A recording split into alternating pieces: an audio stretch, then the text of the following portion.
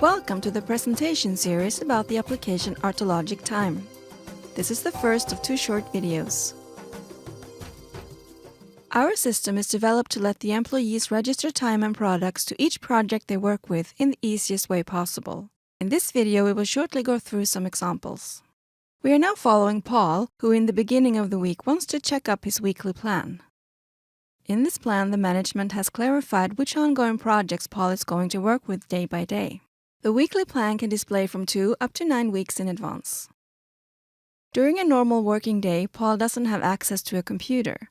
Instead, he uses his mobile phone to register time and products on the projects. The system has 2 alternative interfaces, desktop or mobile mode. As a minimum, Paul fills out project, activity and time for each registration.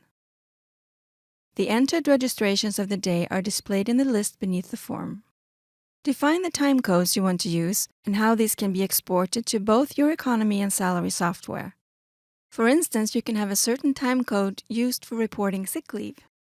Also, watch our other presentation video on the administration of starting up a new project. Thank you for watching.